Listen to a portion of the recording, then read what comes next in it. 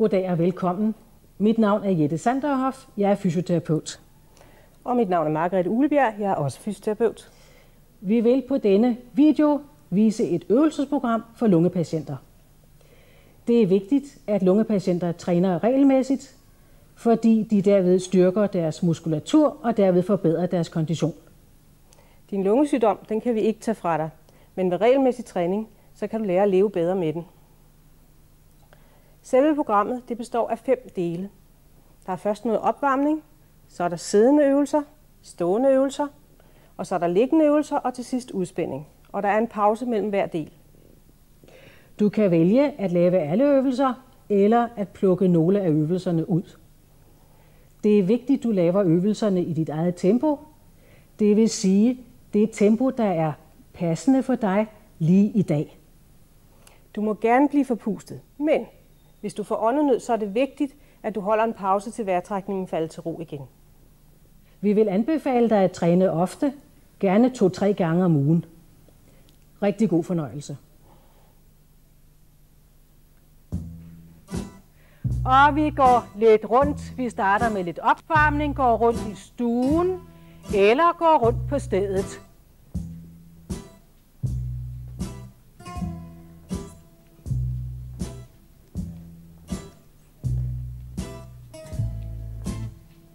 Gå stille og roligt, så I lige kommer lidt ind i rytmen.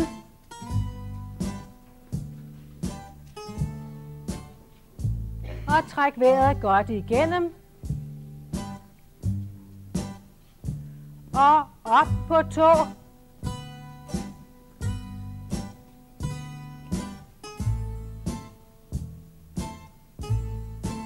Og gå på hæle.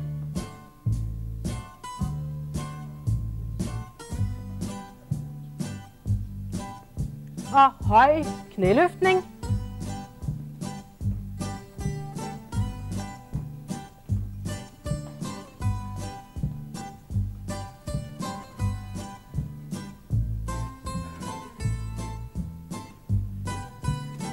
Og I sparker bagud. Og spark godt bagud. Men husk at trække vejret godt igennem.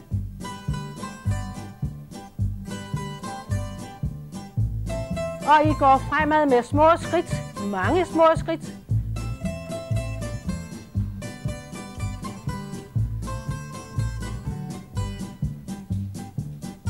Har I overskud til det, så tag armene op mod loftet og gå fremad med små skridt.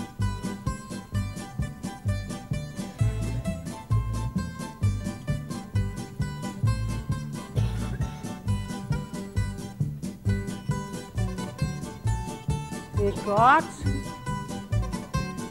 Og stå på stedet og spark ud med små skridt fremad.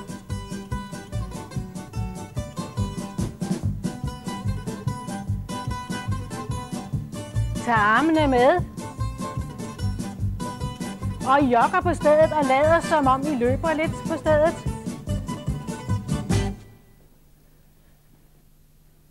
Vi skal nu over til de siddende øvelser. I skal sidde på en taburet eller en spisestuestol uden armlæn. Og vi starter med at lave nogle skulderøvelser, og nu kommer musikken. Og I løfter skuldrene højre, venstre og begge. Højre, venstre og begge. Højre, venstre og begge. Højre, venstre og begge. Og så tager I skuldrene op til ørerne og holder dem der. Og bliv ved. Og bliv ved. Og pust ud ned og sæt den på plads. Og så tager I nogle hurtige skulderløft. For lige at løsne lidt op i muskulaturen. Ja. Så tager I hænderne og lægger op på skuldrene. Og så kører I rundt, laver store cirkler med albuerne.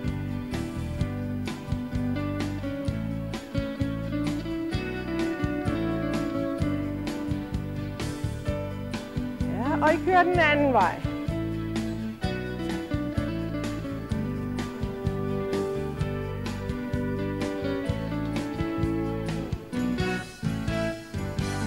Og ned og pust ud. Så bøjer I armene her og trækker bøjet arm tilbage. 2, 3, og så tager I strakt arm tilbage. Og bøj igen. 1, 2, 3 og strakt. 1, 2, 3 og strakt. 1, 2, 3 og strakt. 1, 2, 3 og strakt. 1, 2, 3 og strakt. Sidste gang. 2, 3 og strakt. Og ned og pust ud. Ja. Så skal I strække op mod loftet. Stræk ud, så I kan mærke, at det strækker godt i siden.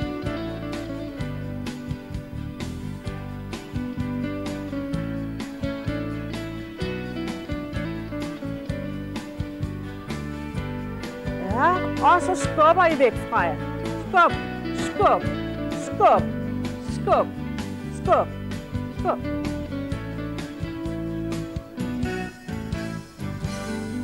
Og pust ud.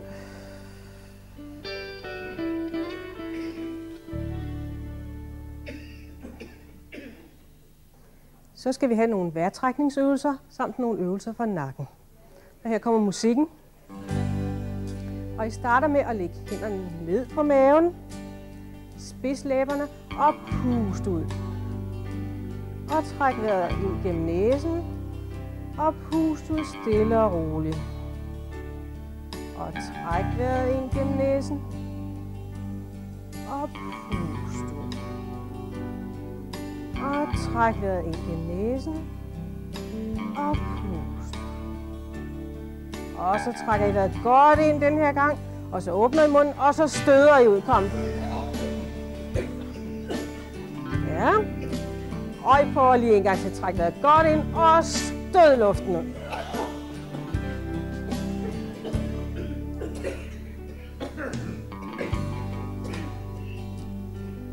Ja, er I ved at være der igen?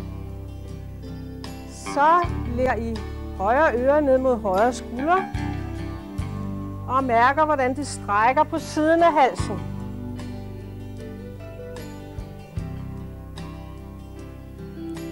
Og så tager I højre arm og lægger op på hovedet. Ikke trække i hovedet, bare mærk tyngden af hånden. Og pust ud en gang. Og ret langsomt op. Og læg venstre øre ned mod venstre skulder.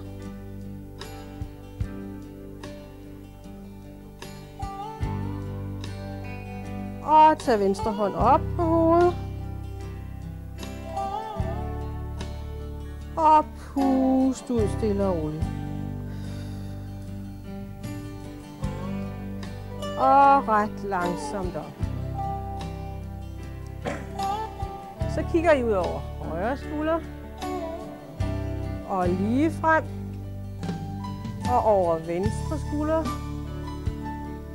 Og lige frem. Og højre skulder. Og lige frem. Og venstre skulder. Og lige frem. Og så lad I hovedet falde forover. Og så lad det langsomt trille op på den ene skulder. Og så lad I det trille en halvcirkel ned og op på den anden skulder. Og så lad I det trille i sådan en halvcirkel i jeres eget tempo. Stille og roligt.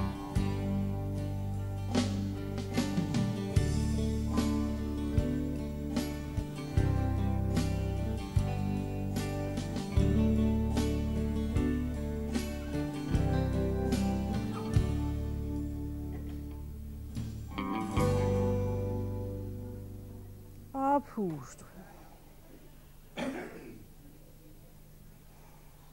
Ja, og så skal vi have nogle øvelser for benene. Og her kommer musikken. Op på tæerne.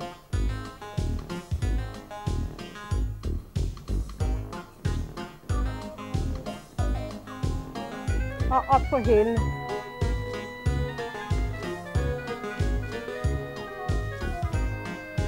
Ja, og så strækker I knæene ud.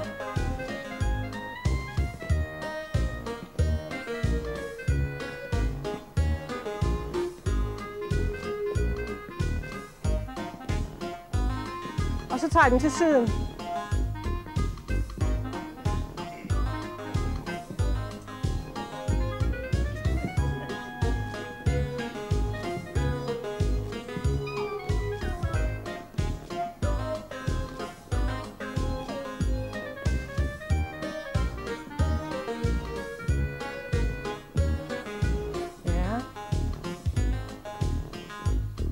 Så skal I ud og marchere.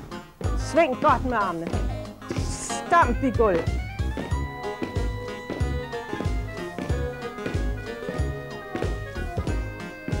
Ja, og stille og roligt små tramp. Og så tager vi lige sådan nogle hurtige nogen her. Frem og tilbage.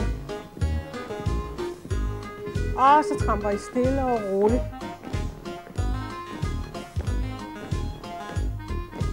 Ja, og så klapper I lige ned under benene.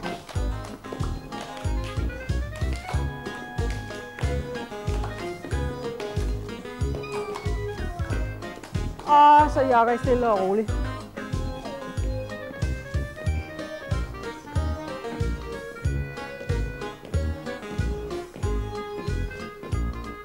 Og vi puster ud.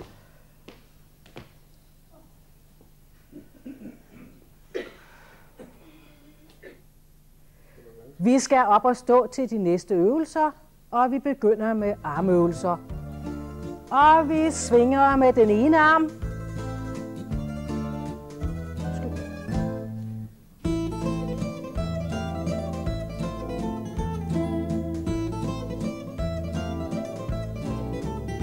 Og den anden vej.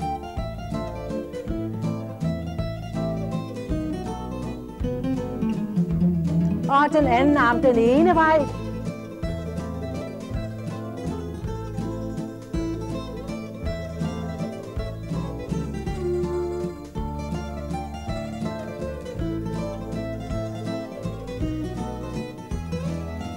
Og den anden arm den anden vej.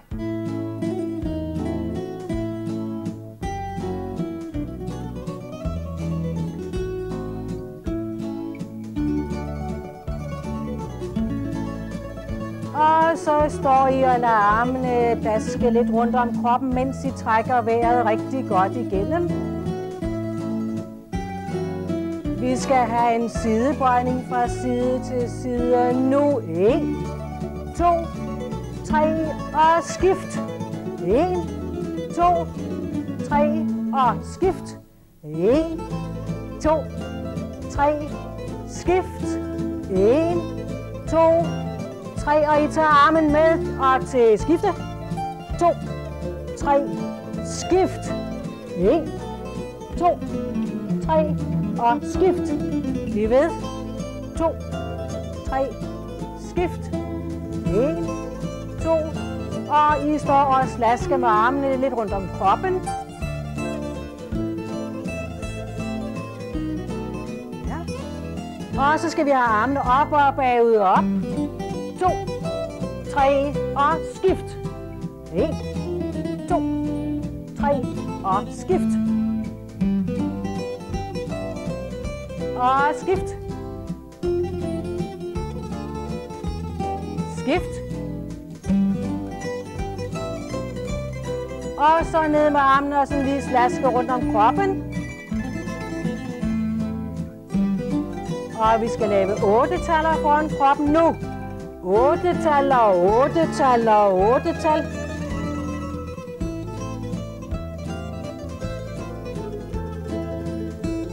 Fint. Pust godt igennem. Knyt hænderne, sæt armene ud til hver sin side. Lav små cirkler. Små cirkler. Og lad armene falde ned. Godt.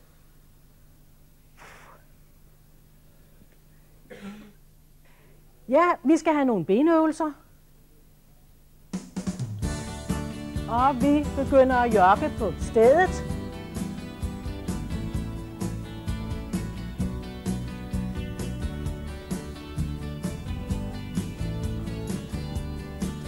Og lidt fra side til side.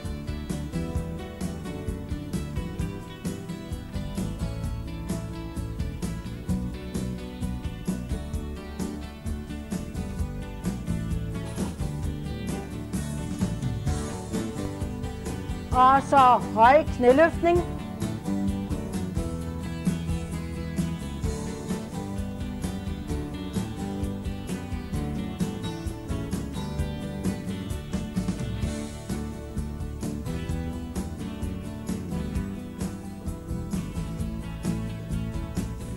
Og jogge lidt på stedet igen.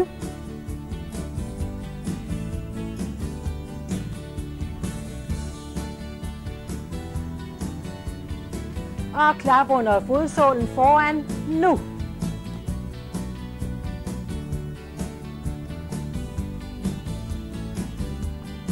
Og jogge på stedet.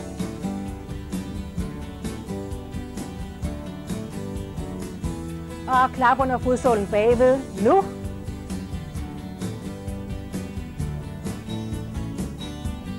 Og jogge på stedet. Og spark bagud nu. Spark jer selv bag i.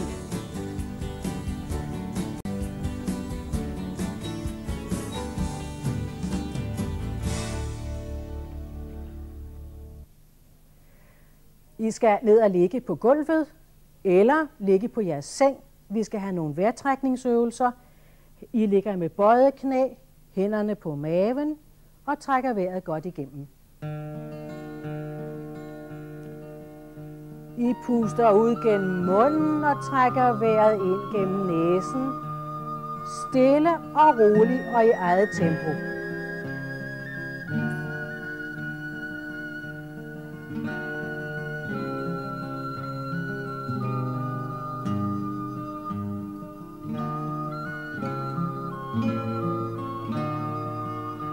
Og mærk, I får luft godt ned i lungerne, og I får luften ud af lungerne også.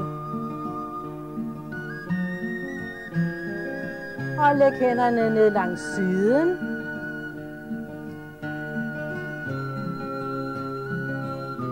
Det næste I skal, I løfter bagdelen. Værsgo, løft op, stille og roligt. Husk at trække vejret.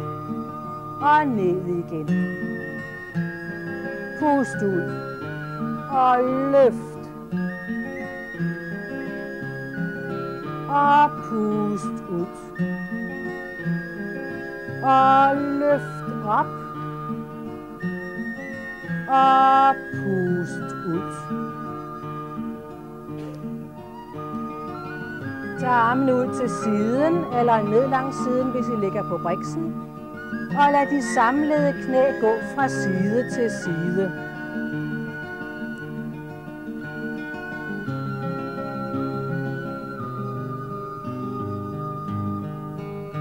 Godt.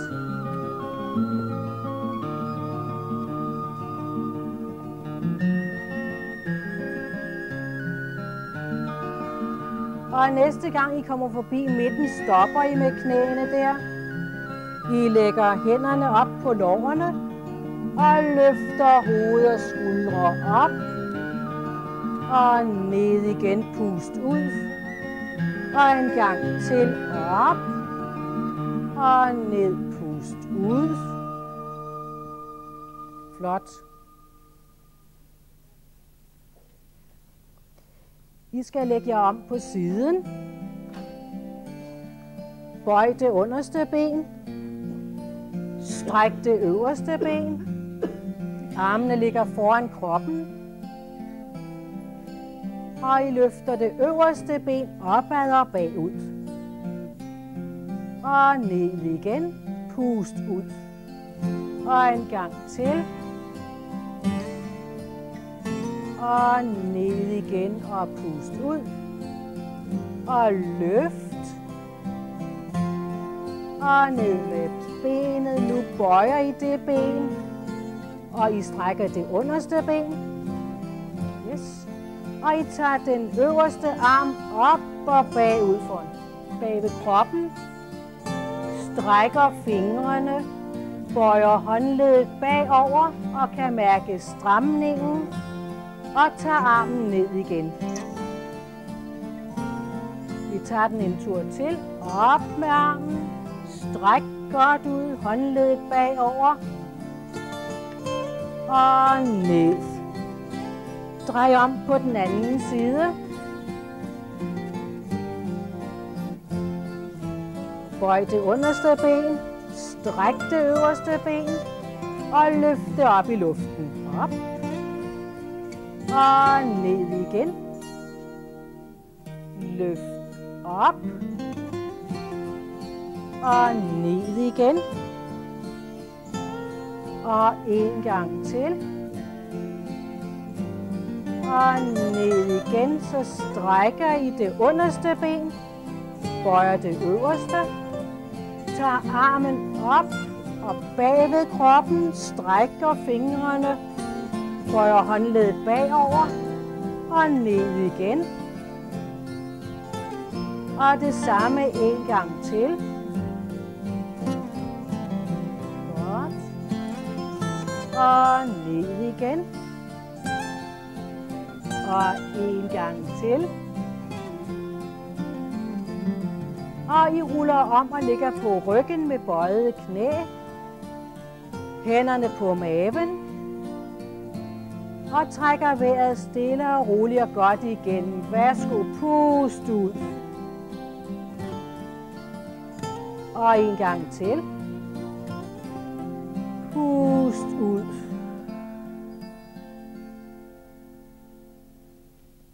Flot. Ja, efter alle disse øvelser, så skal I spænde jeres benmuskler ud. Værsgo. Fødderne er i gulvet, tæerne peger lige frem. Forreste ben er bøjet, bagerste ben er strakt.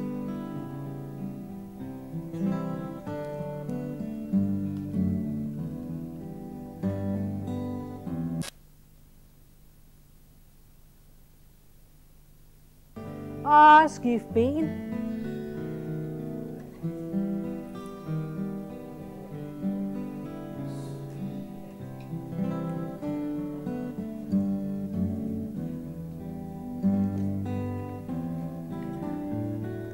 Siden til barn, ansigtet herop. Stil jer med god afstand imellem benene ned i det ene knæ. Det andet ben er strakt.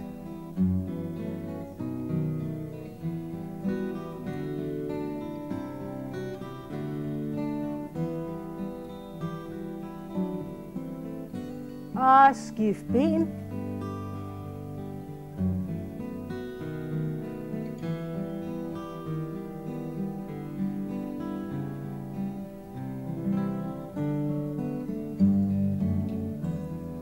Op og stå. Lårmusklen. Bøj benet, tag fat om fodleddet.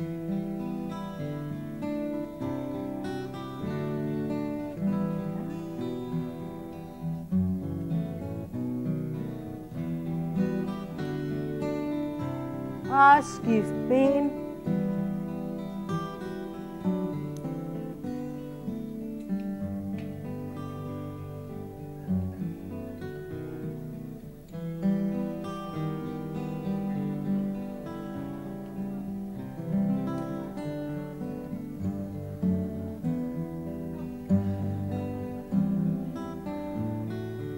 Pust godt ud.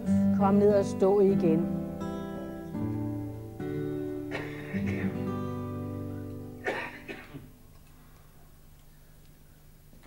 Er du der?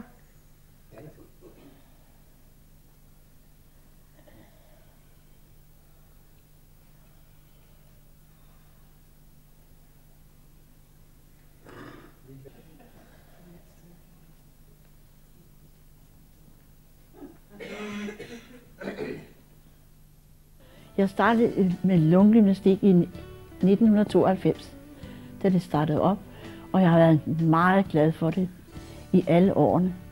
Og det, der har gjort, at jeg har kunnet andre ting. Det hjælper virkelig at få trænet sine muskler, og det giver, at man får mere luft, og man får bedre immunforsvar. Og foruden det her, så går jeg så til styrketræning 2 gange om ugen på et heltestudie. Også for at opbygge et bedre immunforsvar og nogle flere kræfter. Det er med til at gøre, at man føler, at man trækker vejret nemmere. så er det samtidig med til at opbygge din muskulatur, når man på et eller andet givet tidspunkt måske skal transporteres. Så alt i alt så er det en meget værdifuld ting. Jeg har været med på lungeholdet de sidste 2 år, og det er simpelthen livet. Man kan komme, man kan være træt, man kan være sur, man kan ikke trække vejret, men man går hjem en time senere, og man garanteret gladere. Man trækker vejret, man har grinet, man har lavet gymnastik. Det er bare lykken. Punktum.